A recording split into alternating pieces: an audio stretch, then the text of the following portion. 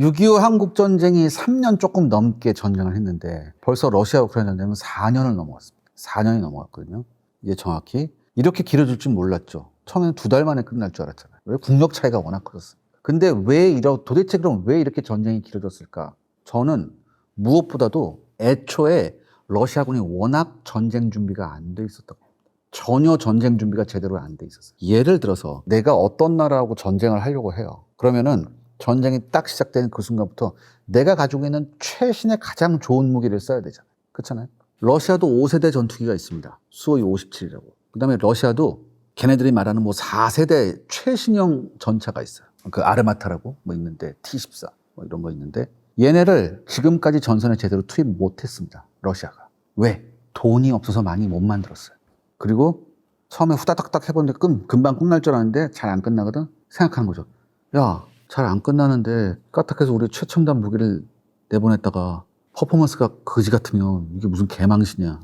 못한 겁니다. 굉장히 러시아가 준비가 안 된 상태에서 전쟁을 했던 것 같아요. 러시아 우크라이나 전쟁 여러분들 처음 시작했을 때 딱 보세요. 동부 쪽에서는 돈바스 쪽으로 러시아군이 확 들어왔죠. 크림반도 쪽으로 확 들어왔잖아요. 그래서 돈바스 쪽에서 딱 들어오고 크림반도 쪽에서 딱 들어가서 둘이 만났어요. 그래서 이른바 크림반도 회랑이 완성됐죠. 육로로 연결되는 이게 완성됐어요. 이거는 러시아군이 갖고 있었던 가장 중요한 첫 번째 전략 목표예요. 이 첫 번째 전략 목표를 달성했죠. 두 번째 전략 목표는 뭐였냐면 수도 키이우를 점령하면서 젤렌스키를 치워버리고 친러시아 정부를 세우는 거였어요. 그런데 공격 3일 만에 키이우 앞까지 왔는데 여기서 키이우 진입에 러시아 군대가 대실패하죠.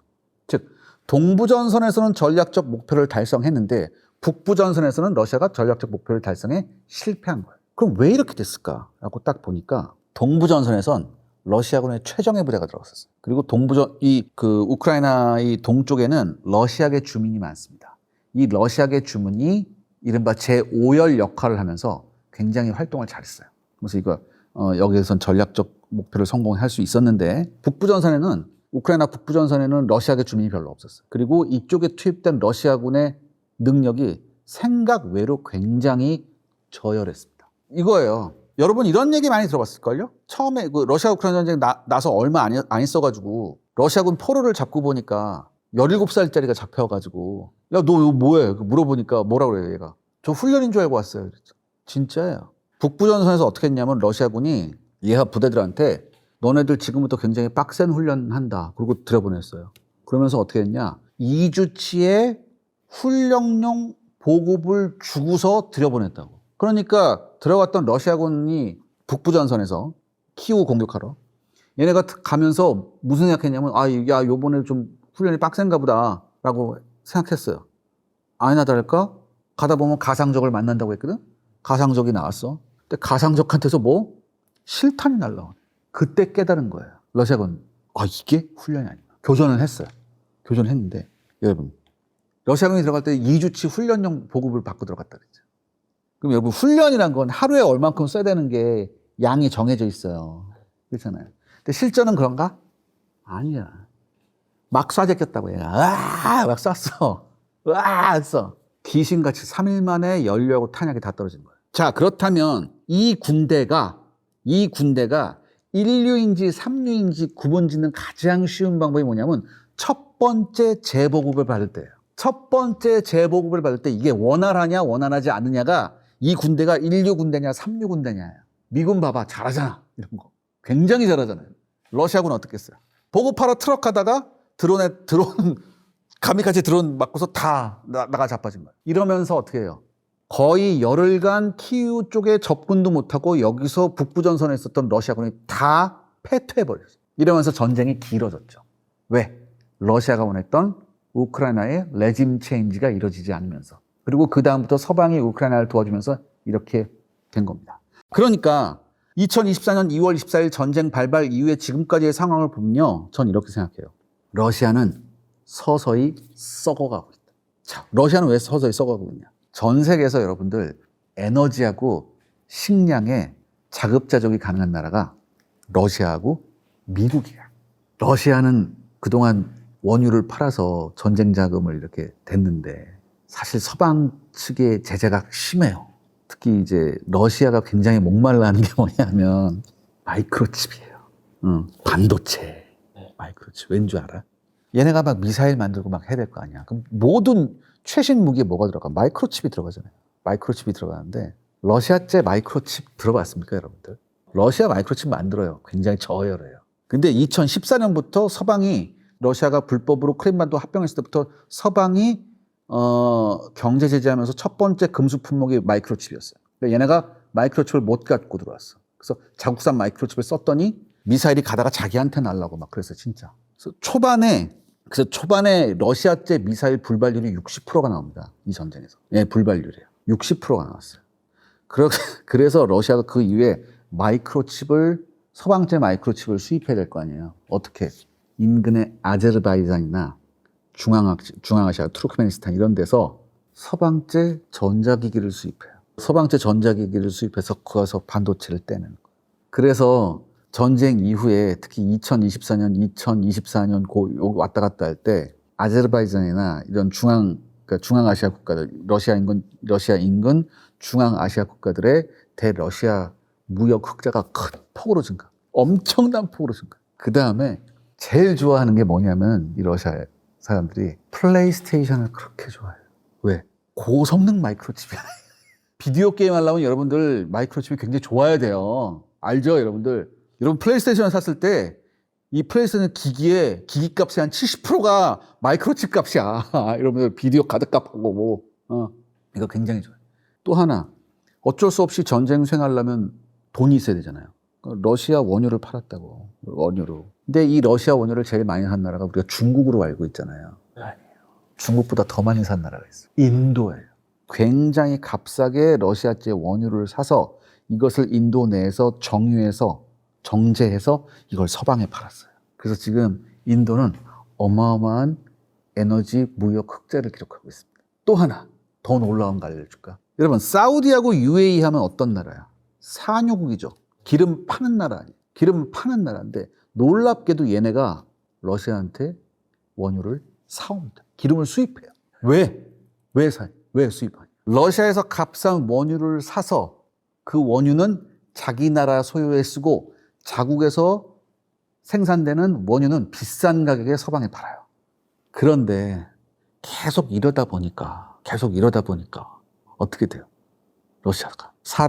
전쟁은 4년째 가는데 한두 명 죽었겠어요? 또 징집도 잘 못해. 왜? 지금 러시아는 어디서 징집해요? 상페테르부르크나 모스크바 같이 대도시에서는 절대 징집 안 해요.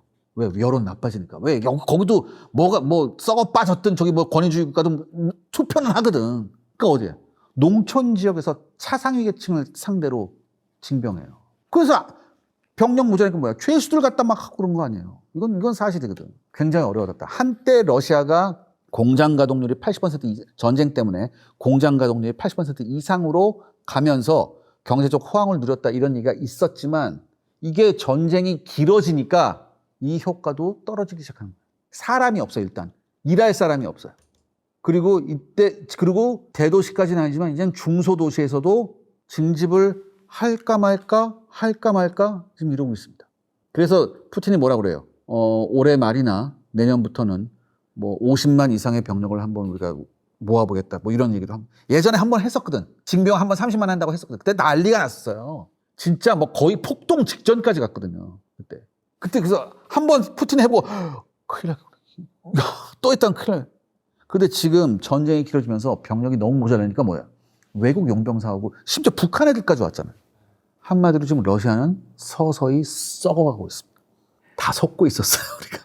올해 초에 특히 올해 봄부터 나온 얘기가 뭐냐면 우크라이나가 상당 부분 영토를 회복하고 우크라이나가 잘 싸우고 있다는 이런 얘기가 나오죠. 이런 얘기가 나오는데 저는 그렇게 생각 안 합니다. 저는 우크라이나는요, 지금 전적으로 서방한테서 지금 지원을 받고 있잖아요. 트럼프가 대통령이 되자마자 2024년 11월에 선거에서 승리하고 2025년에 취임했잖아요. 취임하자마자 트럼프가 뭐라고 그랬어요? 야, 우크라이나 너네 자꾸 그러면 너 안 준다. 젤렌스키 날라왔잖아요. 젤렌스키 날라와서 어떻게? 트럼프가 싸웠잖아요. 싸우고 딱 가고 나서 트럼프가 어떻게 했어요? 야, 딱 끊어. 일주일 딱 끊겼거든요. 휘청합니다. 그때 우크라이나군이 휘청했었어요. 다시 젤렌스키 득달같이 와가지고 뭐야? 형, 내가 미쳤나 봐. 미안해. 그래서 다시 제기가 되는데 이번에 이란하고 미국하고 전쟁을 하면서 걸프 국가들이 그러니까 걸프 국가들의 미국이 패트리엇이나 사드를 굉장히 많이 배치했는데 이게 굉장히 많이 소진이 됐습니다. 미국한테 1순위는 중동이지 우크라이나가 아니에요. 우크라이나를 도와주는 이유는 러시아의 힘을 빼려고 도와주는 거예요. 우크라이나하고 중동 딱 봤을 때 미국은 선택할 필요 바로 중동이에요. 그러니까 뭐야? 여기 재고를 채워야 돼. 그래서 지금 우크라이나가 어때요? 패트리엇 부족에 시달리죠. 대공 미사일, 즉 지대공 요격 미사일 부족에 시달리고 있기 때문에 얼마 전에 러시아에서 순항 미사일 28발 쐈는데 딱 한 발만 요격하고 27발이 명중했어요. 우크라이나. 대공 미사일 없는 거예요. 패트리엇 미사일 없는 거예요. 그럼 한번 러시아가 이 약점을 봤는데 안 할까요? 할 거예요. 그렇다면 우크라이나 입장에서는 어떻게? 우크라이나 입장에서 빨리 대공 미사일 와야 되는데 안 온단 말이죠. 그래서 우크라이나가 장거리 드론으로 전략 폭격을 한답시고 모스크바나 이런 데도 또 때린 거예요. 자, 근데 체급으로 봐야 돼요. 체급으로. 결국엔 누가 더 전쟁 지속 능력이 있느냐. 러시아는 썩어 빠질지언정 에너지와 식량의 자급자족이 가능하기 때문에 썩어 빠질지언정 전쟁 수행 능력이 있다고 봐야 돼요. 우크라이나는 뭐라고 그랬어요? 단 하루라도 서방에서 지원이 안 오면 힘들어요. 더군다나 최근에 트럼프가 뭐라고 그랬습니까? 야, 이제 우크라이나 지원 유럽 너네가 알아서 해. 나 못하겠어. 나 지금 중동에 신경 써야 되거든. 이렇게 얘기해버렸거든요. 과연 될까? 전쟁의 기본이 있잖아요. 전쟁 수행 능력이라는. 이 기본을 따졌을 때는 우크라이나가 유리한 게 아니에요. 더군다나 지금 우크라이나는 뭐예요? 내홍도 겪고 있잖아요. 계속 국방장관 갈리면서 이런 일도 있잖아요. 우크라이나 내부 군이 흔들리고 있다니까. 지금 뭐 우크라이나 비리 얘기는 안 하겠습니다. 여기서. 나토 사무총장이 솔직히 말했었죠. 트럼프가 하도 뭐 관세 때리고 막 이렇게 하고 하니까 그때 뭐 프랑스나 뭐 이런 데서 그랬잖아요. 야, 충분히 우리가 미국의 지원 없어도 우리가 지금 유럽은 우리 스스로 나토가 스스로 지킬 수 있다. 뭐 이런 식으로 한번 하니까 나토 사무총장이 나서 뭐래요? 개소리 하지 마라, 제발. 나토 전체 예산에서 미국이 차지하는 게 70%다. 미국이 빠지면 너네들 그거 감당할 수 있어? 사무총장이 각 나토 국가의 대표들 모아놓고 얘기를 했다니까? 그러면 물어봤다니까, 손가락질하면서. 너 할 수 있어? 아무도 막 이렇게 이런 거 있죠. 여기서 미국 빠지면 우리 큰일 나. 얘들아. 우리 큰일 난다니까? 너 어떡할 거야? 그래서 예전에 전쟁 나기 전에 그렇게 미국이 나토한테 뭐라고 했어? 너네들 GDP에 한 2% 국방비에 써야 되지 않겠냐? 아, 우리 돈 없어. 1%만 쓸 거야. 이러다가 지금 뭐야? 2.5%, 3%씩 쓰고 있죠. 앞으로는 얘네가 뭐야? 국방비를 GDP에 5% 이상 써야지, 5% 이상 한 20년 써야지, 20년이 뭐야? 한 30년 써야지 겨우겨우 미국의 역할을 절반 정도 대체할 수 있습니다. 절반 정도. 이거예요. 그런데 트럼프가 얘기했잖아요. 넌 내가 알아서 한번 해보려. 아, 난 어떡하지? 물론 이런 얘기가 있어요. 전쟁이 끝나면 러시아가 이제는 우크라이나를 넘어서 이제 나토 국가들 쪽으로 뭐 총불을 돌리고 뭐 직접 전 이거는 좀 아니라고 봐요. 왜냐하면 지금 러시아는 어마어마한 경제 군사적 피해를 입은 상태입니다. 만약에 이번 러시아 우크라이나 전쟁이 끝났을 때 러시아군이 재건하기 위해선 전 굉장히 긴 시간이 필요하다고 생각해요. 엄청나게 긴 시간. 10년 이상, 10년이 뭐야? 최소 10년 이상이 필요할 거예요. 그렇기 때문에 러시아가 바로 유럽을 무슨 뭐 군사적으로 위협한다거나 이런 건 없을 거예요. 물론 뭐 깔짝거리는 건 있겠지. 하지만 그럴 능력이 굉장히 많이 떨어져 있는 상태예요. 그러니까 요 골든타임을 어떻게 서방의 나토 국가들이 활용하냐. 그 문제가 아마 따로 있을 겁니다. 뭐가 어떻게 됐든 중요한 사실은 미국의 전폭적인 지원이 없이 유럽의 나토 국가들만으로 뭘 어떻게 할 수 있는 상황은 전혀 아니다. 결정적인 건 뭐예요? 우크라이나가 됐든 나토가 됐든 미국의 지원과 영향력이 절대적이다. 그렇기 때문에 우크라이나 입장에서는 만약에 러시아는 서서히 썩어가지만 우크라이나는 꺾어져 버리면 한순간에 꺾어질 수밖에 없는 그런 상황이에요. 더군다나 전쟁 이유를 볼까요? 전쟁이 만약에 끝났다고 봐요. 어떻게 뭐 협상이 됐든 뭐가 됐든 전쟁이 끝났어요. 러시아는 썩어 빠졌지만 그래도 이제부터 어떻게 하면 살아봐야지. 에너지 자급자족 되니까 어떻게 돼요? 우크라이나는 어떻게 될까요, 여러분들? 우크라이나는요, 제가 생각하기에 유럽에서 가장 가난한 나라가 될 겁니다. 왜? 우크라이나가 지금 러시아한테 점령당한 곳이 우크라이나 산업시설의 80%가 있어요.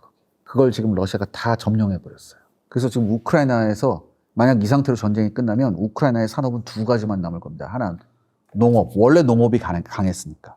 나머지 하나는 방산업이에요. 특히 드론 관련 방산업.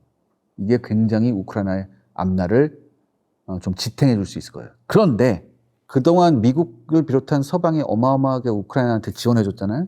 여기서 물어봅시다. 그거 다 공짜일까요? 전쟁 끝나면 정산할 것 같죠? 아니요. 이미 정산 시작됐습니다. 우크라이나의 지금 주요 산업시설을 러시아한테 뺏겼기 때문에 지금 우크라이나의 주요 산업은 농업이에요. 그 다음에 군수고 방산업이고요. 농업만 한번 볼까요? 원래 농지는 외국인한테 매매가 안 돼요. 대신 임대는 가능해요. 근데 우크라이나의 농지 중에 상당한 농지가 국가 소유였거든요.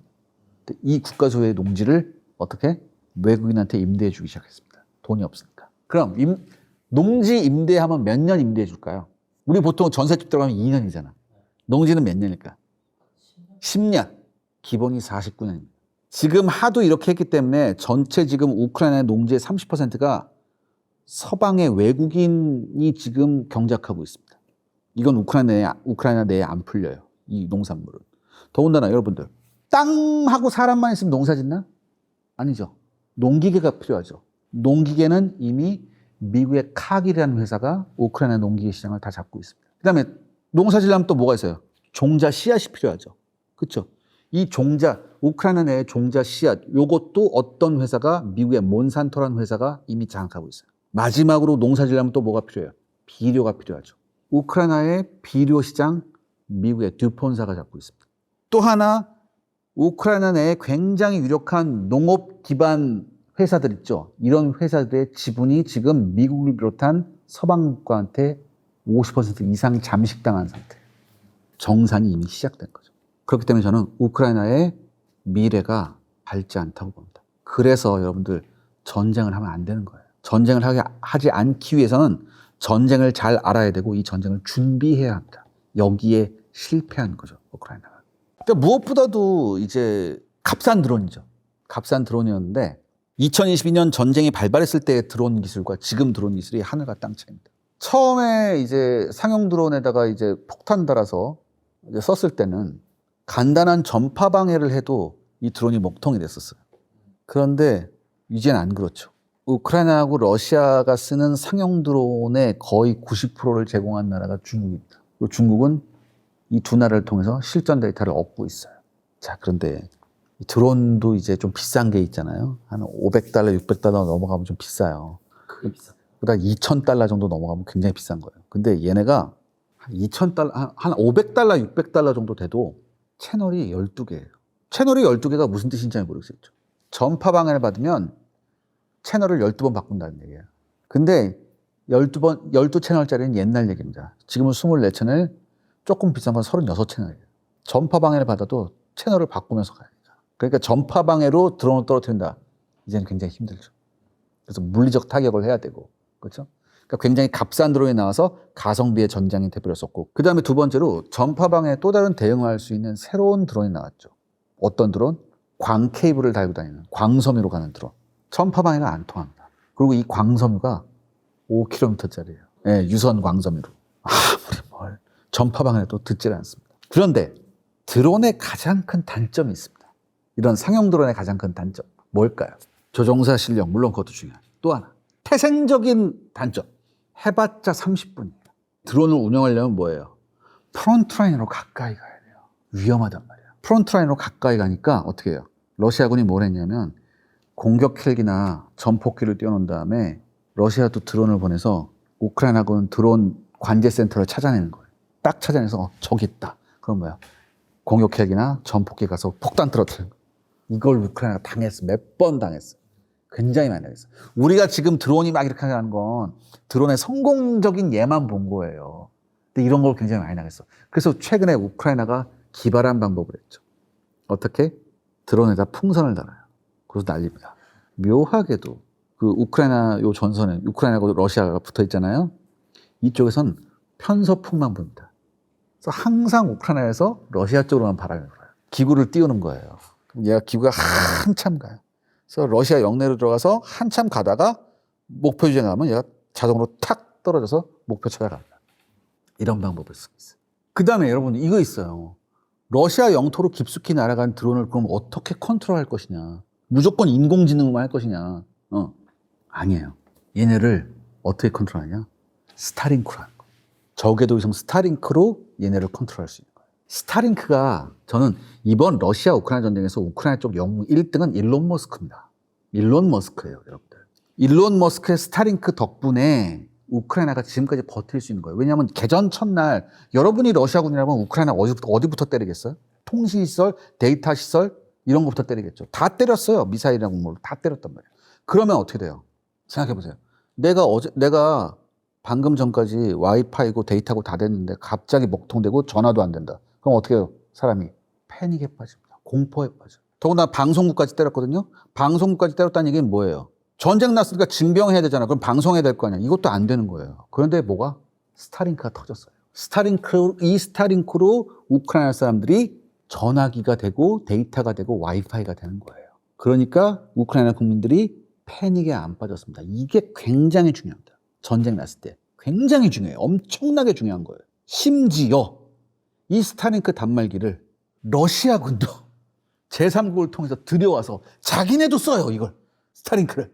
와 정확하다 막 이러면서 너무 잘 보여 이러면서 그래서 막아버렸죠. 그러니까 러시아가 공식적으로 어떻게 일론 머스크한테 항의했잖아요. 막으면 어떡하냐. 이 새끼들 이상한 새끼들. 그 정도였다고 스타링크가. 여기서 뭘 볼 수 있어요 여러분들. 현대전에서 가장 중요한 게 이런 데이터 링크 시스템이라는 거. 데이터를 연동할 수 있는 이 시스템이라는 거. 즉 이게 더 넓은 의미는 뭐예요? 킬웹을 형성할 수 있느냐 없느냐. 이 시스템을 분석하는 거. 현대전에서 너무너무나 중요한 겁니다. 지금 이렇게 드론에 당하고 있잖아요. 이건 뭐냐면 한마디로 드론에 대한 교리가 없었어요. 지금까지. 미사일도 처음 나왔을 때 미사일 만능주의였다고. 미사일은 모든 게 다 돼. 미군이 처음에 비행기에다 미사일 달고 전투기에다 미사일 달고 했을 때 그 전투기의 기관포도 없애버렸다니까. 미사일이면 다 되라고 해서. 근데 실전에 써보니까 그게 아니거든. 미사일 만능주의가 미 공군을 한때 굉장히 위기에 빠뜨렸었어요. 그러니까 뭔가 새로운 무기가 나왔을 때는 거기에 따른 교리가 없으니까 처음에 당한 건데 이건 교리는 항상 발전해요. 더군다나 또 중요한 거. 드론이 제공권을 장악할 수 있나요? 그 다음에 드론이 진지를 점령할 수 있나요? 또한 드론이 몸빵할 수 있나요? 저게 빗발친 총알 몸빵하면서 갈 수 있나요? 드론이? 아니거든요. 그렇기 때문에 전차나 헬기나 전투기, 전폭기 다 있어야 하는 거예요. 있어야 하는데 다만 지금까지 이 드론에 대한 교리가 없었다. 대드론 교리가 없었다. 이 새로운 교리를 빨리 마련해야 된다. 마련해야 되고 드론을 맞는 방법도 지금 급속하게 발전하고 있습니다. 예전같이 드론 하나에 전차 한 대가 날아가는 그건 앞으로는 힘들 것 같아요. 왜냐하면 안티드론 기술이 계속 발전하기 때문에. 그럼에도 불구하고 드론은 엄청난 잠재력을 보여줬고 엄청난 미래 전력을 보여줬죠. 그런데 이렇게만 생각합니다. 그러면 야 드론을 갖고 모든 걸 다 할 수 있겠네. 그럼 우리 빨리 드론 만들자. 이렇게만 생각하죠. 아니, 드론도 많이 만들어야 되고요. 또 하나 이 드론을 어떻게 막느냐 이것도 중요합니다. 이것도 중요해요. 하나만 생각하면 안 되거든요. 생각해 보세요. 창만 가지고 있는 쪽과 창과 방패 다 가지고 있는 쪽 누가 이기겠습니까? 두 가지 다 가지고 있는 쪽이 결국엔 이겨요. 결국엔 전쟁의 기본이라는 거예요. 전쟁의 기본은 뭐예요? 드론이 모든 걸 해결했다? 뭐 새로운 신무기가 해결했다? 이게 아니라 아직까지 전쟁을 지배하는 건 뭐예요? 이 국가의 전쟁 수행 능력. 얼마나 보급을 원활히 해줄 수 있고 얼마나 병력을 충원할 수 있고 얼마나 전쟁을 우리가 지속할 수 있는가. 건전하게 할 수 있는가. 이 능력이 지금 시험대에 오른 거고 이것을 지금 보여주고 있는 거죠. 결국 전쟁의 본질이 안 바뀝니다. 전쟁의 본질은 절대 안 바뀌어요. 전쟁 수행 능력이라는 것. 그리고 전쟁 수행 능력의 근간은 그 국가의 경제력, 또한 사회적 건전성, 그다음에 지도자의 건전한 판단. 이 기본을 지켜야 됩니다. 그리고 절대 전쟁이 일어나지 않게 하기 위해서는 우리는 항상 전쟁을 잘 이해해야만 하고 전쟁을 준비해야 됩니다. 만약에 우리가 전쟁을 준비하지 않잖아요. 그러면 평화는 창문 밖으로 날아가고요. 현관으로 공포와 전쟁이 들어옵니다. 꼭 생각해 주세요. 2022년 2월 달에 시작했으니까 지금 4년 6개월? 최장이에요. 2차 대전 기간보다도 길지 않나 지금? 누구도 예상 못했어요. 그건 푸틴 스스로도 이렇게 갈지 예상을 못했죠. 푸틴이 여러 가지 정황을 놓고 봤을 때 푸틴이 예상했던 전쟁의 시나리오는 일주일 넘기지 않는 거였습니다. 그래서 그걸 뭘 보면 알 수 있냐면 인터넷에 검색해 보시면 그게 나오는데 러시아의 국영 언론이 잠깐 실수로 승전보를 내보낸 적이 있었어요. 전쟁 3일 후인가 승전보를 내보냈다가 내렸는데 그걸 이제 서방 언론들의 그게 캐치가 돼서 그게 인터넷에 돌아다닙니다. 그 말인즉슨 싸울 필요도 없는 전쟁이다. 사실 푸틴이나 러시아의 지도부 입장에서 보면 너무나 당연한 거라고 받아들여질 수 있었을 것 같아요. 왜냐하면 우크라이나라고 하는 데가 그 소련 영토였잖아요. 소련 영토고 우크라이나 사람들 대부분 다 러시아 말 하고 그리고 러시아하고 척을 져서 좋을 일이 뭐 있겠어요, 그 나라가. 그러니까 상식적으로 생각을 해보면 야, 그거 저 유럽 쪽으로 가지 말고 러시아하고 잘 지내자라고 생각하는 사람도 너무너무 많은 거예요.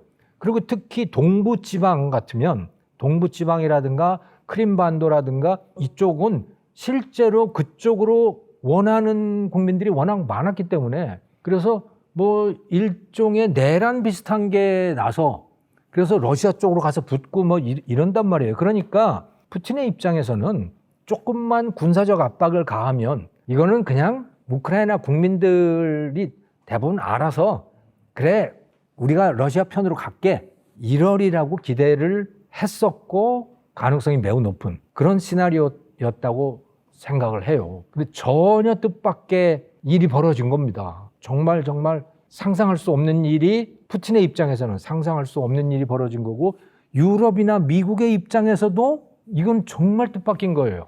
그래서 조금 지난 다음부터 우크라이나에다가 지원을 시작했잖아요. 그러니까 참 정말 뜻밖의 일이 벌어지고 있는 전쟁이고 그리고 푸틴과 러시아 국민들의 입장에서 보면 정말 황당하기 짝이 없는 결과이고 그런 거죠. 이 전쟁과 러시아 경제 간의 관계를 좀 설명을 드릴 필요가 있을 것 같은데 처음에 전쟁이 시작되고 유럽 국가, 미국이 러시아에 대한 경제 제재를 본격적으로 시작하고 그래서 러시아가 송금도 못하고 달러 송금도 못하고 그리고 기름도 팔기 어려워지고 또 전쟁 물자라든가 뭐 이와 같은 것들을 유럽에서 수입도 할 수 없고 유럽에 석유도 못 팔고 이렇게 된 거예요. 그러니까 그 당시의 그림에 의하면 러시아는 망했어요. 러시아는 망한 거고 그래서 그 경제 제재가 발표된 다음 날 러시아 루블화의 가치가 폭락을 하죠. 실제로 그렇게 다 기대를 했어요. 그런데 조금 지나니까 다시 모든 게 다 회복이 되고 오히려 전쟁 전보다 더 좋아지는 거예요. 러시아 경제가. 도대체 무슨 일이 있었고 왜 러시아 경제가 망한다고 예상을 했을까? 그것은요. 중국과 인도라고 하는 요인을 계산에 넣지 못했던 겁니다. 즉 다시 말해서 러시아의 석유, 가스 이런 거를 다 차단을 시켜버리면 그러면 수입이 끊어져서 전쟁 못할 거다. 그리고 유럽이나 다른 이런 선진국들이 또 일본 이런 데가 러시아에다가 물건 팔지 않으면 그럼 러시아는 생필품이고 뭐 이런 것들 전쟁을 수행할 수 있는 물자들을 구하지 못할 것이다. 이렇게 예상을 했던 거예요. 그런데 전혀 뜻밖의 또는 희망하지 않았던 그렇게 되지 않기를 바랐던 그 일이 벌어진 거죠. 그게 중국과 인도인 겁니다. 인도가 러시아산 석유를 다 사줬잖아요. 근데 인도 대박 난 거예요. 왜냐? 유가가 떨어지니까 유럽이 안 사주니까 또 그 일본이나 이런 데서 안 사주니까 러시아 에너지의 값이 떨어질 거 아닙니까? 그거를 인도 입장에서는 주워 먹은 거죠, 그야말로. 그리고 러시아한테 다 돈 준 거예요. 그러니까 러시아가 돈이 생겼죠. 또 중국이라고 하는 요인이 있지 않습니까? 중국이 뭐 이렇게 저렇게 해가지고 러시아산 원유를 뭐 여러 가지 경로를 통해서 다 도입을 하고요. 중국은 인도와 또 다른 것은 뭐냐면 더욱 중요했던 것은 중국이 러시아에다가 무기를 팔지는 않았어요. 하지만 무기를 생산하는 데 필요한 원자재와 온갖 부품과 이런 것들을 다 공급을 한 거죠. 그러니까 러시아는 중국으로부터 그 물자들을 다 구할 수가 있었던 것이고요. 그래서 서방 국가들은 러시아가 돈도 떨어지고 물자도 못 구하고 그래서 멈출 것이다, 이렇게 기대를 했는데 전혀 아니었다. 인도와 중국에서 돈이 들어가고 중국에서 물자가 들어가고 이러면서 러시아가 계속 경제가 굴러갔던 거예요. 거기다가 오히려 더 잘 굴러갔던 건 뭐냐면 러시아가 이 2000년대 초반부터 해가지고 고유가 상태가 지속이 됐잖아요. 근데 푸틴이 정권을 잡던 그 90년대 말 그 이전까지는 그 유가가 굉장히 낮았었어요. 그러다가 중국 경제가 폭발적으로 성장을 하고 중국의 석유 수요가 늘어나면서 국제유가가 막 150달러 막 이렇게까지 올라갔거든요. 그렇게 되기 직전에 푸틴이 집권을 한 겁니다. 푸틴은 집권을 하자마자 러시아에 돈이 넘쳐나기 시작한 거예요. 그 석유 가격, 석유 판매 대금이 갑자기 폭발적으로 늘어나니까. 그것의 상당 부분을 따로 떼서 국부 펀드라고 하는 거를 만들어 놨던 거고요. 이게 사실은 전쟁 자금을 만들어 놓은 거죠. 그리고 그거를 전쟁이 시작되면서 풀은 거예요. 누구한테 풀었느냐? 방산업체들한테 무기 산다고 풀고, 병사들은 다 자원병들이라고 보시면 되는 거거든요. 그 병사들에 대한 월급이 보통 노동자들의 초봉보다 2배나 높은 그런 급여를 보장을 해줬어요, 군대에서. 그러니까 러시아 청년들의 입장에서는 특히 저 변방에 사는 그 시베리아나 뭐 그런 변방에 사는 사람들, 그런 사람들의 입장에서는 군대 입대하는 게 이게 대박이었던 거예요. 그래서 병사를 구하기도 쉬웠어요. 그리고 그 돈이 풀리니까 그거를 받는 그 병사의 가족들은 얼마나 상황이 좋아졌겠어요. 이렇게 되면서 물자 부족 없어. 중국산 제품으로 쫙 깔려. 뭐 자금, 석유 판매 대금이 좀 줄어들긴 하지만 옛날에 쌓아뒀던 거 다 풀어. 이렇게 하면서 러시아 경제가 오히려 그 이전보다 더 호황을 맞이하는 그런 상황이 됐던 겁니다. 그런데 이제 그게 안 되는 거죠. 그게 끝나가고 있는 거죠. 길어지다 보니 국부 펀드 그것도 이제 고갈이 된 거고, 거기다가 중국 제품만 가지고는 안 되는 거예요. 그래서 물건값이 자꾸 올라가요. 다른 나라들에서 들어와야 되는데 그건 쉽지가 않으니까. 그 물건값이 올라가니까 그 인플레를 잡기 위해서 러시아 중앙은행이 기준금리를 막 15%까지 올리고 이렇게 했어요. 지금도 15%예요. 우리나라 기준금리가 2.75%인가 그러잖아요. 여기 금리가 연 15%예요. 그러니까 비즈니스를 하기가 정말 어렵죠. 그러니까 러시아가 그럼에도 불구하고 생산이 이루어지고 있어요. 생산이 이루어져서 뭐 GDP 성장률이 1%네 뭐 0%네 이러지만 그거는 무기 생산이 이루어지고 있는 거라고 보시면 되는 거고, 무기를 빼놓고 생각을 해보면 러시아 국민들의 삶이 이제 피폐해져 가는 거죠. 다른 것들의 공급이 줄어드니까 무기 생산은 늘어나고, 근데 그 무기라고 하는 거는 전장에다가 그냥 갖다가 내다 버리는 거 아니겠어요. 거기다가 최근에 들어서 2025년부터 완전히 또 상황이 달라진 굉장히 중요한 요인은 우크라이나가 러시아 본토를 공격하기 시작했다라고 하는 겁니다. 그 이전까지 우크라이나와 러시아의 전쟁은 우크라이나 땅에서만 이루어졌어요. 그럼 우크라이나는 왜 러시아를 공격 못했을까? 그거는요, 우크라이나에다가 무기와 여러 가지를 지원해주는 미국 그리고 유럽의 다른 나라들이 우크라이나에게 조건을 붙인 겁니다. 러시아 본토 공격하지 마라. 국경 넘어가지 마라. 왜? 쟤네들 핵무기 있잖아. 잘못하면 핵무기 쓸지도 모르잖아. 그리고 푸틴이 계속 핵무기 위협을 하니까. 그러니까 우린 그거 원치 않으니 그냥 우크라이나 영토 안에서 너희들이 너희 땅을 지키면서 러시아를 좀 밀어낼 수 있으면 좋겠다. 더 밖으로, 그러니까 러시아 영토 안으로 더 안 들어오게만 어떻게 해라. 이 정도를 요구했다고 보시면 돼요. 서방 국가들이 무기 지원을 해주면서 우크라이나한테 그걸 요구했던 거죠. 너 이 말 안 들으면 우리 지원 안 해줄 거야? 이렇게 된. 그런데 지금 우크라이나가 러시아 국경을 넘어서 국경 2,000km 뭐 이런 데 있는 정유시설까지도 지금 폭격을 하고 있습니다. 그래서 러시아 곳곳이 지금 화염이 쌓여 있는 곳들이 많거든요. 그럼 갑자기 뭐가 바뀐 거냐? 이제 우크라이나가 무기를 자체 생산하기 시작한 거예요. 그것도 엄청나게 가성비 좋은, 성능 좋은 무기들을 생산하기 시작한 겁니다. 그게 이제 대표적으로 드론인 거죠. 드론인데 요즘에 우크라이나에서 만들어내는 그 드론들은 과거의 드론하고 달리 굉장히 성능이 뛰어난 것들이고 지금까지 보지 못했던 그런 드론들이 우크라이나 곳곳에서 생산되기 시작한 거예요. 제가 곳곳에서라고 하는 말씀을 드리는 것은 우리나라만 하더라도요, 방산업체 몇 개 안 되잖아요. 뭐 몇 개 없습니다. 방산업체라고 하는 게. 그리고 규모가 굉장히 크죠. 그런데 우크라이나의 방산업체들은요, 수백 개예요, 지금. 그러니까 벤처기업들입니다. 곳곳에서 혁신이 일어나는 거예요. 그런 과정을 거쳐서 수백만 대의 드론들이 만들어진 거고 그 드론들이 수천 킬로를 날아가서 지가 알아서 공격하는 그런 AI 기능까지 갖추고 있는 그런 것들이 지금 되어 있는 거고요. 그들이 러시아 본토의 정육공장, 송유관 시설, 물류시설, 유조선 이런 것들을 가서 공격을 하기 시작했거든요. 그러니까 어떻게 됐느냐. 러시아는 이제 휘발유를 수입해서 써야 되는 상황입니다. 실제로 수입을 하고 있어요, 이제. 카자흐스탄 같은 데서 휘발유를 수입해요. 러시아는요, 기름 수출하는 나라잖아요. 그게 제일 큰 수입이고, 그게 그 나라가 먹고 사는 방식이고. 그러니까 러시아가 수출하는 가장 큰 것이 석유, 식량, 그 다음에 무기, 이런 것들이었어요. 자, 그런데 무기 수출 못하죠?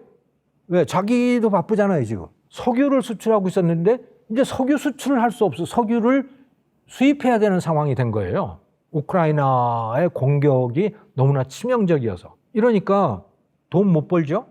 그러면 중국 물건을 많이 들여다가 썼는데 중국은 공짜로 물건을 주지 않잖아요. 무상 원조 아니잖아요. 돈 주고 사야 되는 거 아닙니까?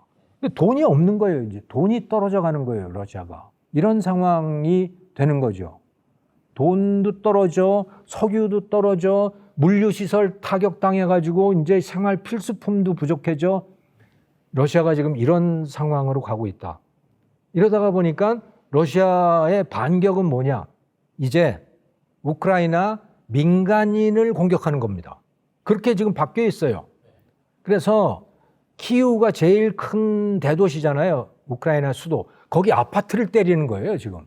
또 전기시설 같은 거 이런 걸 때리는 겁니다. 그러니까 러시아로서는 정말 필사적인 거예요, 지금. 완전히 막 나가는 거고요. 이거는 명확한 전쟁 범죄입니다. 왜 그걸 때리느냐에 대해서 이유가 없는 거예요. 이거는 그러니까 반인륜 범죄로 가고 있는 그런 상황이다. 이렇게 이해를 하시면 되겠죠. 푸틴이 이 우크라이나 전쟁을 일으킨 가장 큰 이유는 그 속으로 가장 크게 원했던 거는 세계 3대 강국이 되기 위해서 그렇게 한 겁니다. 왜냐하면 가장 강력한 나라는 미국이잖아요. 그 다음에 2위로 떠오른 나라가 중국이잖아요. 러시아는 이게 배가 아픈 거예요. 왜냐? 아니, 옛날 중국은 소련한테는 상대가 안 되는 나라였잖아요. 사실은 마오쩌둥의 이 중화인민공화국이라고 하는 나라는 사실은 스탈린이 만들어 놨다고 해도 크게 과언이 아니에요. 그럴 정도로 그러니까 러시아의 전신, 소련은 중국보다 압도적으로 우위의 국력을 갖고 있었죠. 그런데 이게 언제부턴가 2000년대 이후부터 중국이 갑자기 급팽창을 하더니 뭐 러시아를 넘어간 건 말할 것도 없고 이제 미국하고 뭐 서로 치고받고 하는 이런 사이까지 된 거예요. 러시아의 입장에서, 러시아 국민들의 입장에서 또 특히 푸틴의 입장에서는 이거는 뭔가 바로잡아야 되는 그림인 거예요. 그래서 최소한 중국 정도는 되는 나라가 돼야 되는 거죠. 그래서 전쟁을 일으켰다고 보시면 되는 거예요. 그리고 그 전쟁이라고 하는 거는 금방 끝날 전쟁이었고 이건 한 2, 3일이면 끝나는 전쟁이었고 그래서 우크라이나를 자기 손 안에 장악하고 그렇게 되면 그 주변에 있는 동유럽 국가들도 뭐 조금 있으면 숙이고 들어올 거다라고 하는 계산을 갖고 있었던 거고요. 그런데 그 계산이 완전히 틀려버린 거죠. 오히려 러시아와 좋은 관계를 맺고 있던 나라들이 다 떨어져 나가고 적대적인 관계가 되어버리고 거기다가 이제 중국한테는 경제적으로는 완전히 종속 관계가 되어버리고 이렇게 된 거죠. 그러니까 러시아는 이 전쟁을 함으로 인해 가지고 즉 치명적인 오판을 함으로 인해서 완전히 망한 상태가 됐다. 예를 들어서 석유만 놓고 보더라도요. 석유를 파는데 누구한테 팔 수 있느냐? 지금 인도한테는 못 팔잖아요. 중국한테만 팔 수 있어요. 중국이 안 사주면 러시아는 파산이에요. 다른 나라는 러시아 석유 안 사잖아요. 왜? 제재 때문에. 그러니까 그런 관계는 누구나 알고 있는 것이고 그래서 러시아가 중국에 파는 석유 가격은 상당히 싸죠. 거기다가 러시아는 중국한테 파이프라인을 깔아달라고 계속해서 사정을 하고 있어요. 파이프로 가스하고 석유를 주고받자. 중국 그거 안 해요. 안 해줍니다. 그냥 배로 하는 거 그거 안 해줘요. 왜? 그렇게 되면 둘이 서로 엮일 가능성이 있고 그렇기 때문에. 그러니까 러시아의 입장에서도 사실은 어떻게든 중국을 벗어나고 싶은데 그럴 방법이 없는 거죠. 그러니까 오죽 답답하면 북한하고 손을 잡겠어요, 러시아가. 얼마나 답답했으면. 그러니까 러시아와 지금 관계를 맺고 있는 나라는 북한, 이란, 중국 그 정도인 거죠. 그러니까 과거 같으면 러시아가 북한하고 상대를 하겠습니까? 정말 답답하고 아쉬운 상황이 됐기 때문에 러시아가 그러고 있는 것인데 이거는 정말 잘못 시작한 전쟁인 거죠. 소련의 영광, 또 과거 피에트르 대제라든가 에카테리나 대제 때의 거대한 러시아, 이거를 부활시키고자 했던 것인데 완전히 망한 거죠. 이미 축소가 됐어요. 왜냐하면 그 영향권이라고 하는 걸 놓고 생각해 보면요. 엄청나게 축소가 된 것이 전쟁 이전에는 유럽 국가들 중에 친푸틴 인사들이 굉장히 많았습니다. 이탈리아도 그렇고 프랑스도 그렇고 독일도 그렇고 독일의 메르켈 총리도 얼마나 러시아하고 친했습니까? 서유럽 자체가 그랬던 거예요. 예, 서유럽 자체가 특히 미국의 트럼프가 등장을 하면서 유럽에 트럼프를 싫어하는 세력이 굉장히 많아졌어요. 왜? 아니 트럼프가 가서 막 싫은 소리하고 욱박 지르고 막 그랬잖아요. 너희들 너 지켜주지 않을 거야. 그러고 막 그러니까 트럼프를 싫어하는 세력들이 굉장히 많아졌고 그들이 푸틴하고는 분위기가 굉장히 좋았던 거예요. 그래서 러시아로부터 가스 들여오고 뭐 다 들여오고 러시아하고 이 경제 관계도 굉장히 깊었었고요. 네. 그리고 이 유럽 나라들이 좀 뭐라 그러나 그 진보적인 성향이 굉장히 강했잖아요. 특히 이 기후 변화와 관련돼서 그래서 반핵 또 반원전 뭐 이런 거 하면서 RE100 뭐 이런 거 많이 했잖아요. 신재생 에너지로 다 100% 교체한다. 이런 거를 내걸면서 그 중간 단계로 이제 그 LNG로 가는 거. 그게 중간 단계였어요. 그 가스는 그럼 누구 거냐? 그거 다 러시아 거였어요. 그러니까 러시아 가스를 다 썼던 겁니다.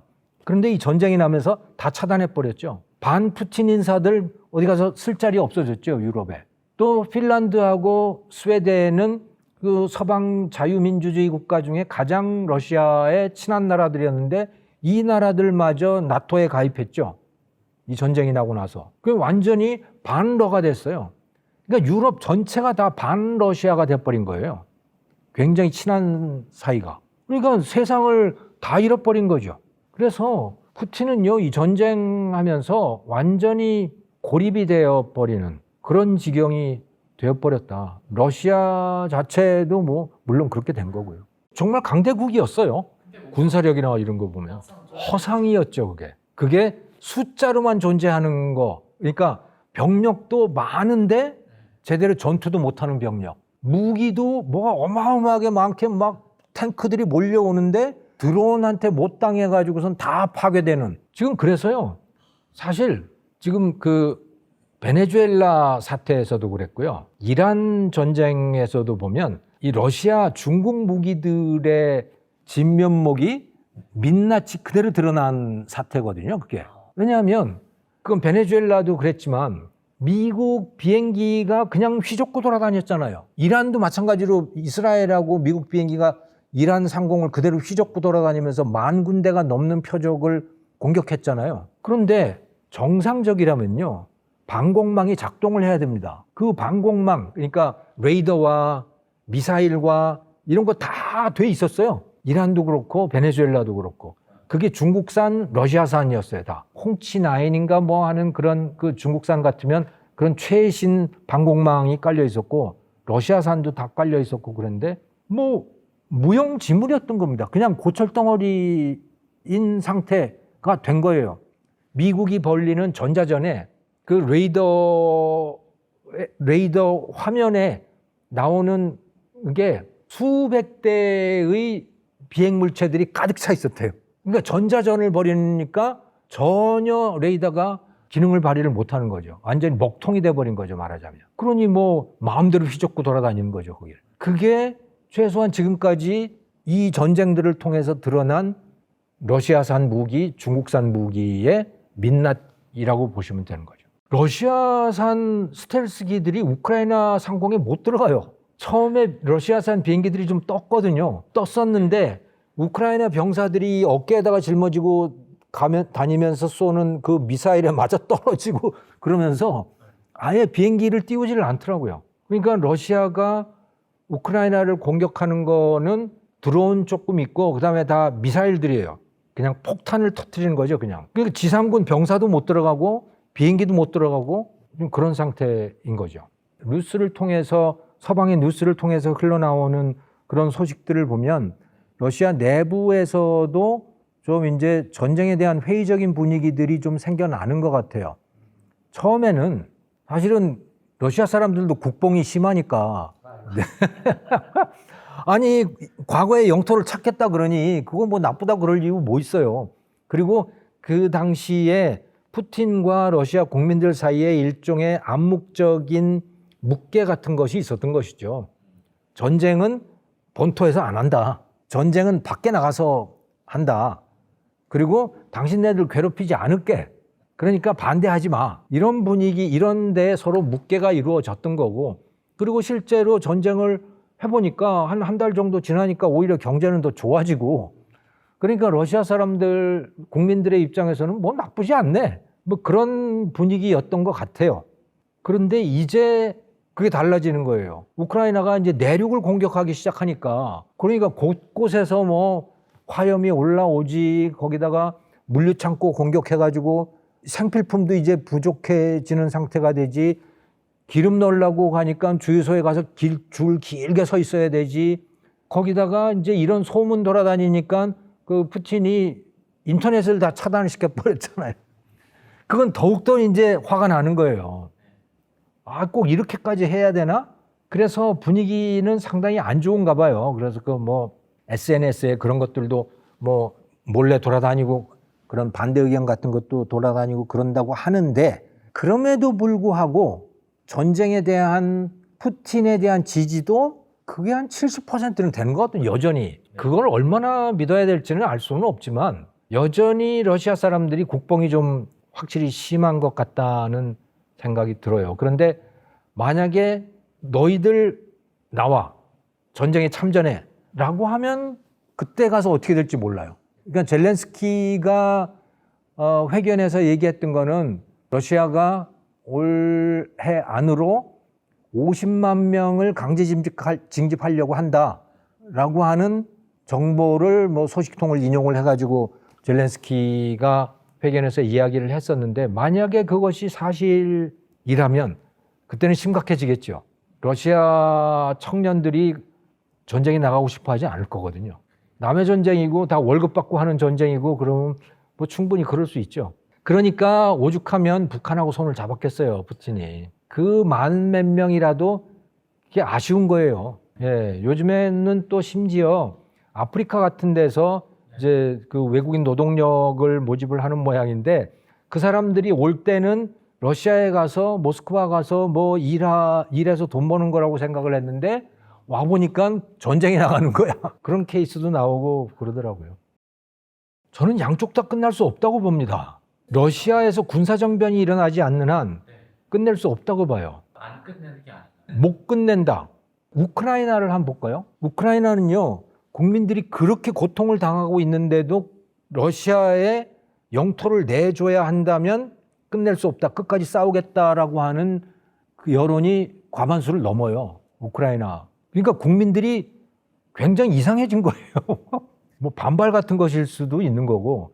저는 그거는 한국전쟁 때 우리 대한민국이 그렇게 변했다고 보는데, 한국전쟁 이전에 이 한반도에 살았던 사람들은 다 비슷비슷했고, 그들은 자기가 정체성이 뭔지도 몰랐어요.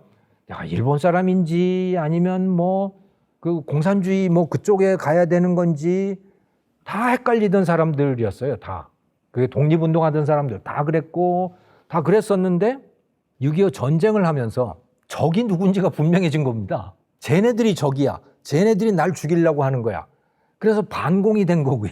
반공이라고 하는 확실한 아이덴티티가 생겼고, 그 다음에 우리를 도와주는 미국이라고 하는 친미 국가가 된 거고, 그 아이덴티티가 분명히 생겼거든요. 근데 지금 우크라이나가 저는 그렇다고 봐요. 우크라이나 사람들이 자기가 러시아 사람인지 자기가 뭐 저쪽 유럽으로 가야 되는 건지 다 혼돈스럽고 헷갈리는 상황에서 이 전쟁이 났는데, 하다가 보니까 잘못하면 자기들이 죽게 생겼고, 그렇게 되면서 이제 자신들의 정체성에 대한 자각이 생겨나게 된 거 아닌가. 그러면서 러시아에 대한 저항 의지가 분명하게 생겨났고, 반러시아, 친유럽 이 성격도 분명해져 버린 것 같고, 네. 거기다가 또 뭐가 있냐면, 우크라이나에 유럽에서 우크라이나에다가 몇 년 기간 동안 그걸 주겠다는 건지 굉장히 짧은 기간 동안이었는데 900억 유로를 제공해 주기로 했어요. 예, 900억 유로예요. 우리나라 돈으로 하면 한 150조 원 되는 돈이고, 이거는 우크라이나로 보면요 어마어마한 돈입니다. 그거를 유럽이 우크라이나에다가 지원을 해주는 거예요. 지원해주는 이유는 뭘까? 나라를 잘 지키라고, 러시아를 잘 막아내라고 그걸 주는 거거든요. 거기다가 우크라이나가 지금 완전히 새로운 국가로 대접을 받고 있는데, 그게 뭐냐면 방산 강국입니다. 우크라이나의 드론 기술, 드론 생산 기술, 또 우크라이나의 드론 운용 기술, 전술, 그거 가지고 전쟁하는 방법, 이런 거는요 이제 압도적으로 세계 최고가 된 거예요. 그러니까 그것을 중동 국가에서도 배우겠다 그러고, 덴마크, 폴란드, 독일, 오만 나라에서 다 그걸 배우려고 하는 거예요 지금. 그래서 이미 조인트 프로젝트들이 시작이 된 거고, 그러니까 이 전쟁을 통해서 우크라이나는 굉장한 나라로 지금 격상이 되어가고 있는 중이거든요. 이 전쟁을 멈출 수 없어요. 거기도 고통스럽지만. 그 러시아는 어떠냐? 푸틴은 전쟁을 멈출 수 없어요. 러시아 국민들은 전쟁을 멈추길 원할지 모르겠지만 그런 소리 대놓고 말할 수는 없겠죠.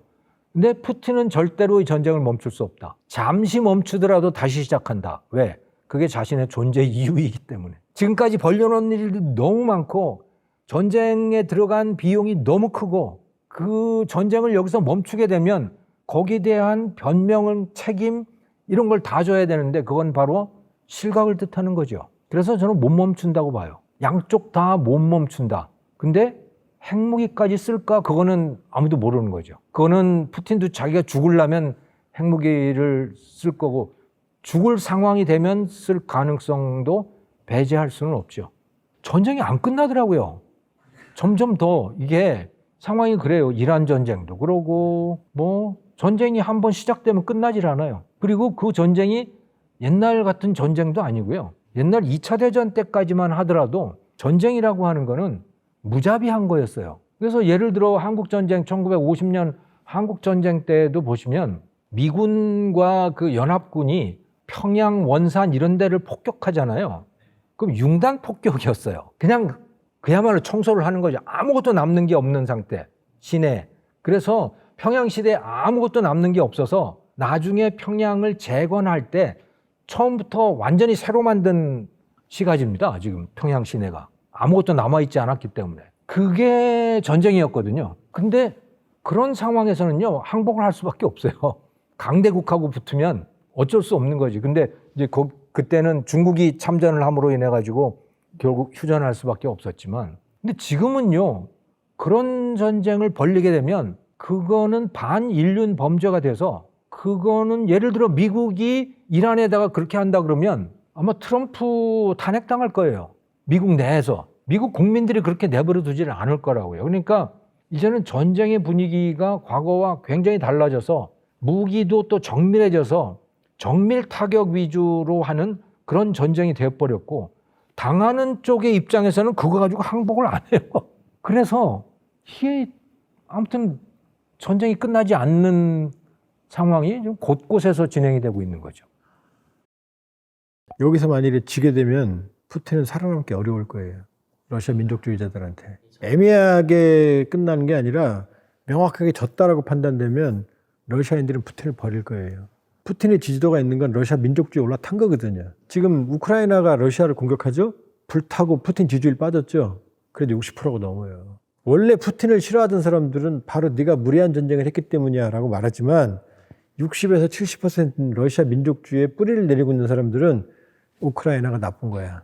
그래서 우크라이나를 없애야 되라고 생각을 해요, 지금도. 그래서 그게 어려운 거예요, 민주주의라는 게. 이런 포용적 민주주의를 가기 위해서는 시간이 많이 걸려요. 우크라이나도 우크라이나 민족주의에 기반을 두고 있는 증오, 러시아도 러시아 민족주의에 대한 증오끼리 싸우고 있기 때문에 끝이 없는 거예요. 이란, 미국에 대한 증오. 미국은요, 미국도 이란 되게 싫어해요. 이스라엘과 이란을 보세요. 타협이 되겠어요? 증오끼리 전쟁이에요. 그러면 푸틴 입장에서는 만일에 이 전쟁이 졌다.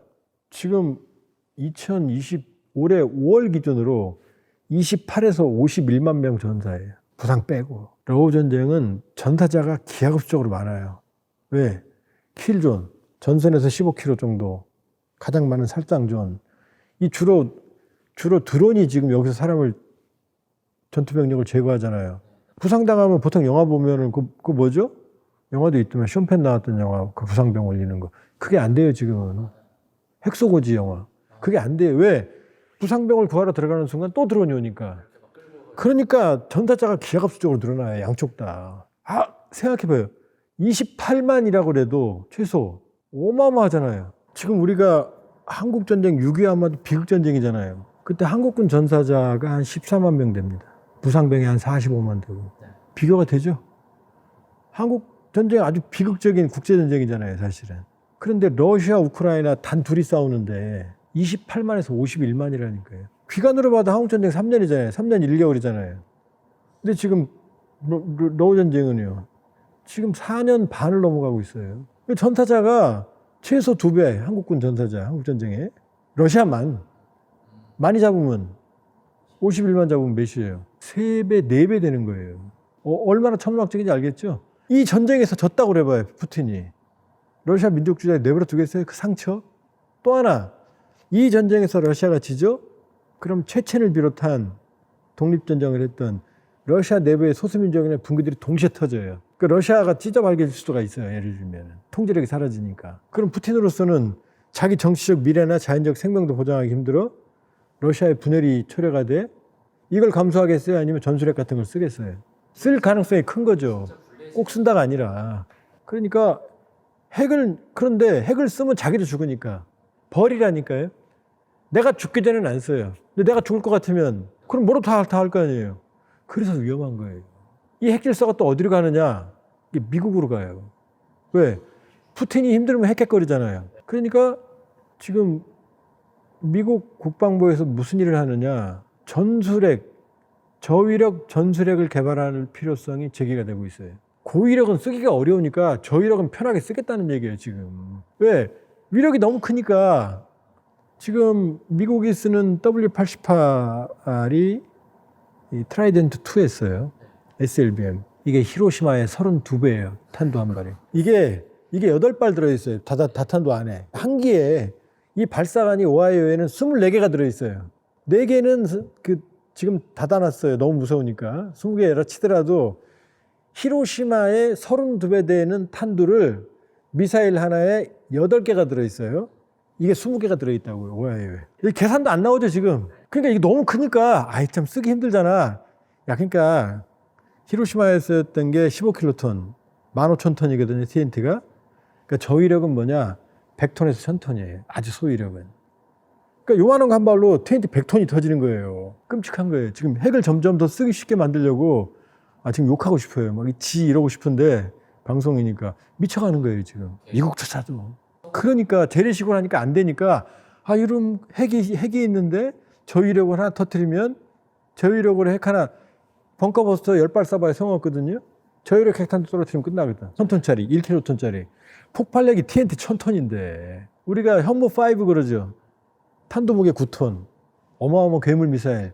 그래봤자 안에 들어있는 화약은 2톤 정도밖에 안 돼요. 근데 저위력은요. 0.1kg 정도만 써도 0.1kg이면 100톤이고 1kg이면 1000톤이에요. TNT가. 돈도 얼마 안 들어요. 1kg짜리 저위력 핵탄두 하나에 몇백억 원도 안 해요. 그러면은 이 머리가 아픈 거죠. 그러니까 모든 국제 정치는 작용과 반작용, 생물과 같아요. 예를 들어서 지금 이란이 저 난리치고 주변국 때리니까 이란이 어떻게 했어요? 이란이 핵을 가진 파키스탄, 나토 2위 전력 튀르키예 셋이 상호 방위 조약을 체결했잖아요. 예, 그러니까 이란은 황당한 거죠. 이 시아파 자기들 혼자인데 나머지 순위파 돈 제일 많은 사우디, 나토 전력 2위 튀르키예, 이슬람국과 유일의 핵 보유국 셋이서 상호 방위 조약을 체결했어요. 황당한 거죠. 그래서 제가 여러 번 방송에서 이란 혁명수비대한테 좀 정신 차려라. 지금 기분 좋을 때 MOU 받고 오버하지 마라. 삐져나가잖아요. 영원한 전쟁.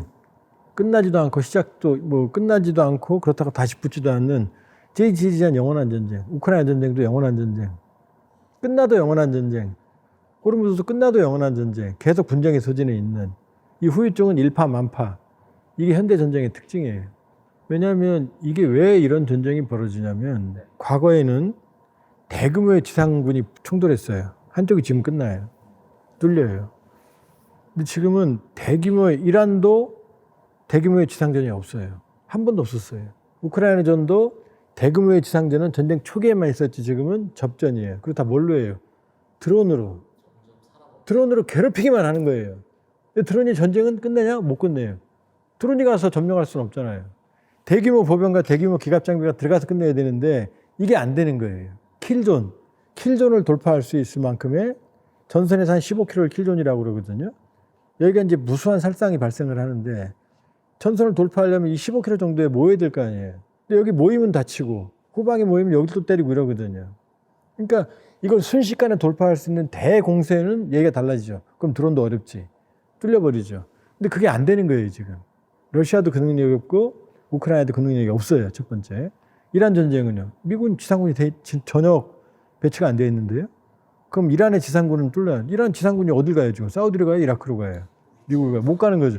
그러니까 맨날 하늘로만, 바닷길만 서로 싸우고 있는 거예요. 이게 현대전쟁의 특징이에요. 그러니까 대규모의 충돌을 통해서 화끈하게 이걸 하는 게 아니라 멀리서 돌만 던지는 거죠. 장독 깨고, 유리창 깨고, 그냥 부엌 깨고, 라면 끓여 먹는데 라면통에 집어서 엎고 이러고 있는 거지. 그 집을 뒤집을 수는 없는 거죠. 집에 와서 부셔야 되는데 이게 안 되는 거죠. 멀리서 서로 돌만 던지는 거죠. 그러니까 지금 전쟁을 끝내려면 우크라이나 전쟁, 러시아가 수십만을 모아서 전격전으로 전선을 돌파하면 돼요. 많은 희생이 있겠지만 못 막아요, 우크라이나가. 드론은 어떻게 막아요, 그거를. 이란 전쟁도 마찬가지예요. 수십만 명 모아서 뚫고 들어가면 돼요. 병력이 있어요? 그 산맥을 어떻게 뚫고 들어가고. 한반도에 7.5배인데 이라크는 경기도 1.5배인데도 70만에서 95만이 필요했는데 겨우 10,000명도 안 되는데 지상군이 지금 됩니까? 남쪽은 페르시아만이지. 그 다음에 내륙은 다 산악으로 둘러싸여있지. 그러니까 안 되는 거예요. 그러니까 지상전은 한 번도 없잖아요. 지들끼리 교전은 한 번도 없었잖아요. 그 다음에 러우 전쟁은요. 산발적인 전투만 하는 거예요. 뚫지는 못해요. 뚫지는. 그러니까 아주 이상한 전쟁. 그러니까 드론이 전쟁하는 것 같지만 폴란드가 제일 먼저 뭐 사갔어요? 탱크 사갔잖아요. 천무 사가고, F-15 사가고, K9 사가고. 그러니까 재래식 무기가 필요 없느냐? 필요해요. 대규모의 공세를 위해서는. 그게 전쟁을 끝내니까. 그런데 그 정도의 능력이 있지 않으면 전쟁을 끝낼 수가 없는 거죠. 피곤하게 서로 석유 때리고 정유소 때리고 부엌 때리고 하면서 서로 괴롭히고 있는 거죠. 이래갖고 전쟁이 안 끝나요. 어디 누구도 항복 안 해요. 그게 이제 현대전쟁의 아주 비극적인 특징이라고 볼 수가 있죠. 러시아나 우크라이나하고 척진 건 없죠. 일단 레드라인은 지켰죠, 우리가. 뭐냐면 우크라이나에게 인도적 지원을 했어요. 그다음에 코뿔소 같은 지뢰 제거 장비도 지금 제공했다는 게 정설이거든요. 지뢰 제거 장비는 아주 유용하거든요. 전선에서 지뢰가. 그러니까 상당히 유럽, 그러니까 일본과 우리는 유사한 입장이에요. 살상 무기는 제공 안 했어요. 인도적 지원을 제공을 했어요. 그런 면에서는 왜냐? 그건 유럽의 전쟁이니까 유럽 국가들과 우리는 같을 수가 없잖아요. 그러니까 아슬아슬했지만 선은 지켰다. 윤석열 정부에서 이재명 정부 이르기까지 좀 위험했었죠, 현 정부 때는. 그렇기 때문에 우크라이나가 우리를 이뻐할 수도 없지만 미워할 수도 없다. 왜냐? 지금 유럽 국가도 아닌데 유럽과 우리는 다르다. 그러니까 그러나 이 점은 감수해야죠. 지금 우크라이나가 전쟁 수행하는 그 수행 능력의 절반 정도를 미국과 유럽에 의존하거든요. 그거 다 빚이에요. 갚아야 돼요. 일부 무상도 있지만 대부분 빚이에요. 어떤 지하자원, 그 다음에 전후 복구 사업.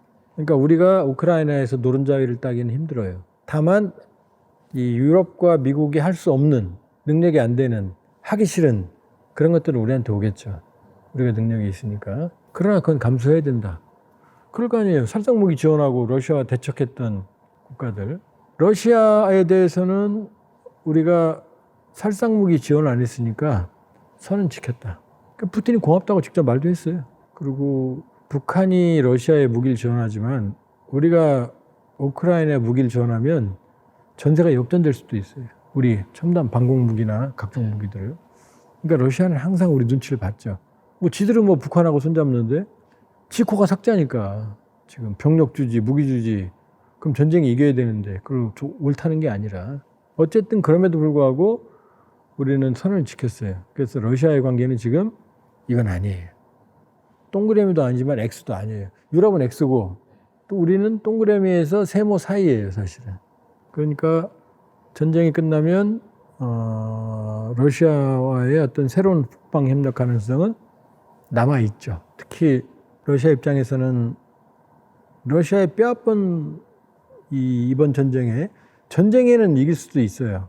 점령지를 지금 약 11만 5천 제곱킬로미터 정도. 남한이 한 10만 되거든요. 그러니까 남한 면적 한 120%, 우크라이나 전체 면적의 5분의 1. 예, 아주 노른자 땅이에요, 그것도. 지하전도 많고. 근데 그걸 푸틴은 절대로 돌려주지 않을 거거든요. 돌려주면 전쟁한 이유가 없잖아요. 그러면 어떤 문제가 발생하느냐. 푸틴은 그게 역사적으로 자기 땅이라고 그러지만 국제법적으로는 용납할 수가 없거든요. 불법적이니까. 그러면 전쟁이 끝나도 러시아에 대한 제재는 완전히 해소가 안 될 거예요. 특히 유럽과는 척을 질 거고 노르드 스트림도 끊어졌잖아요.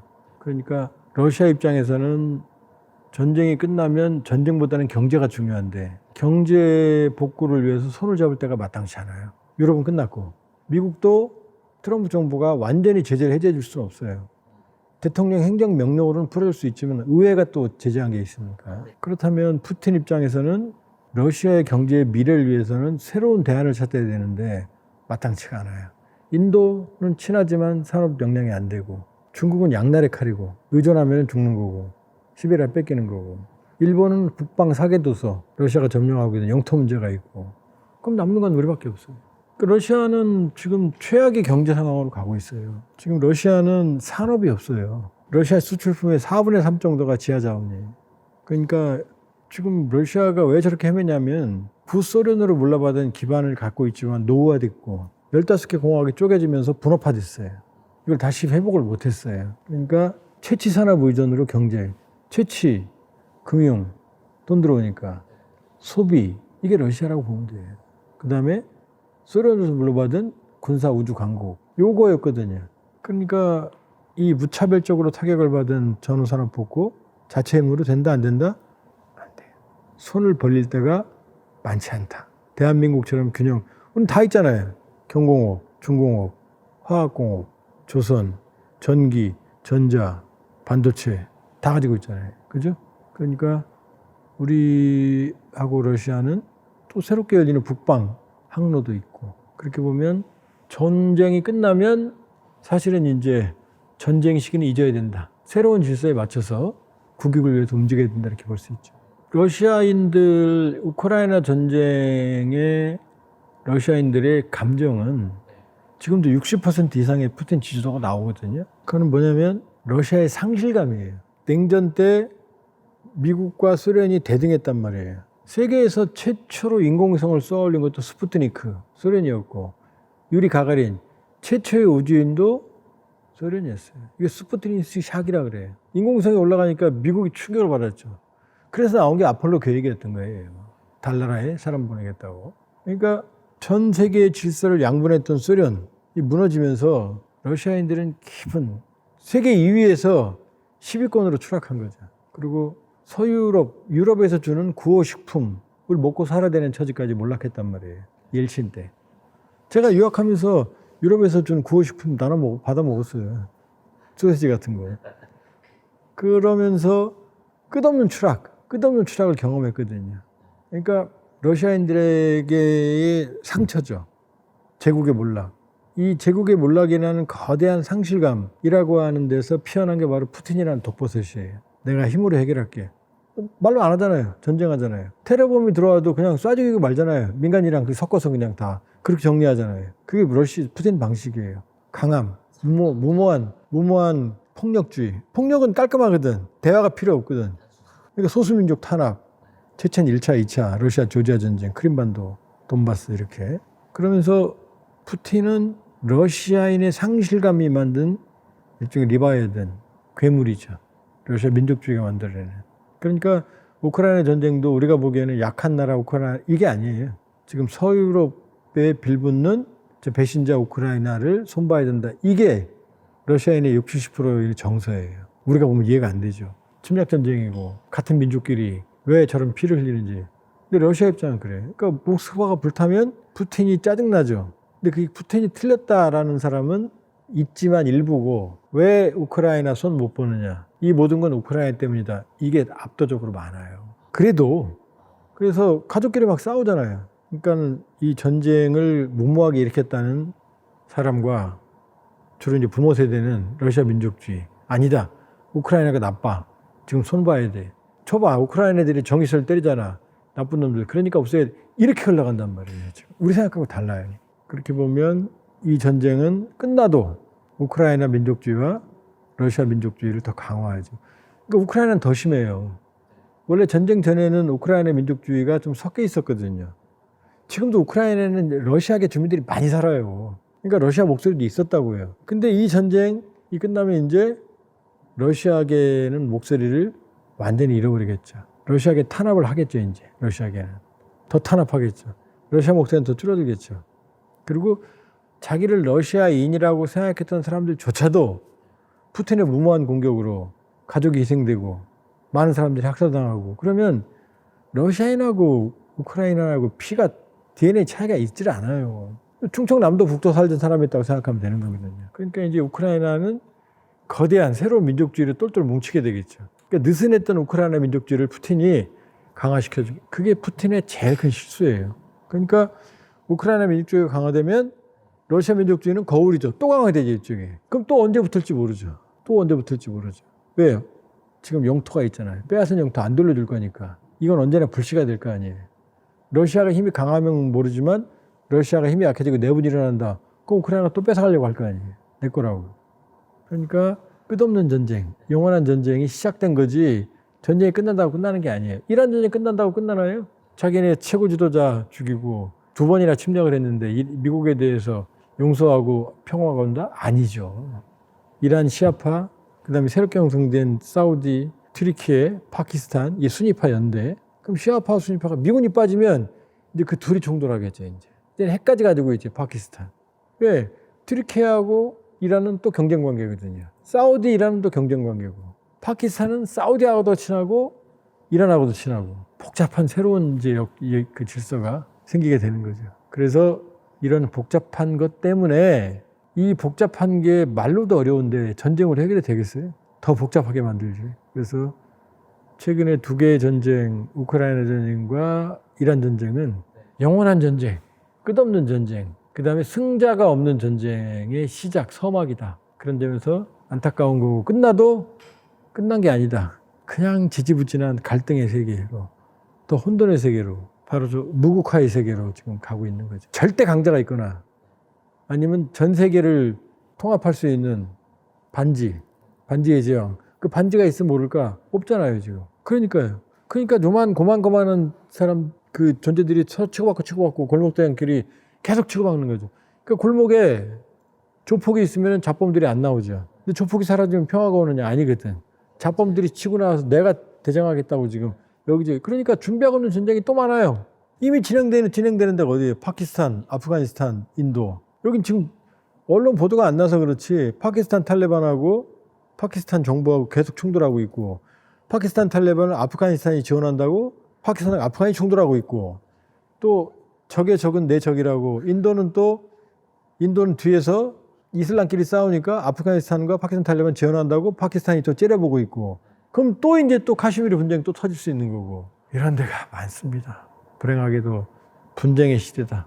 지정신 꼭 차리고 대한민국 국익을 위해서 모두가 가능하면 통합하고 단결하고 국익을 위해서 지혜를 발휘해야 된다, 이렇게 볼 수 있어요.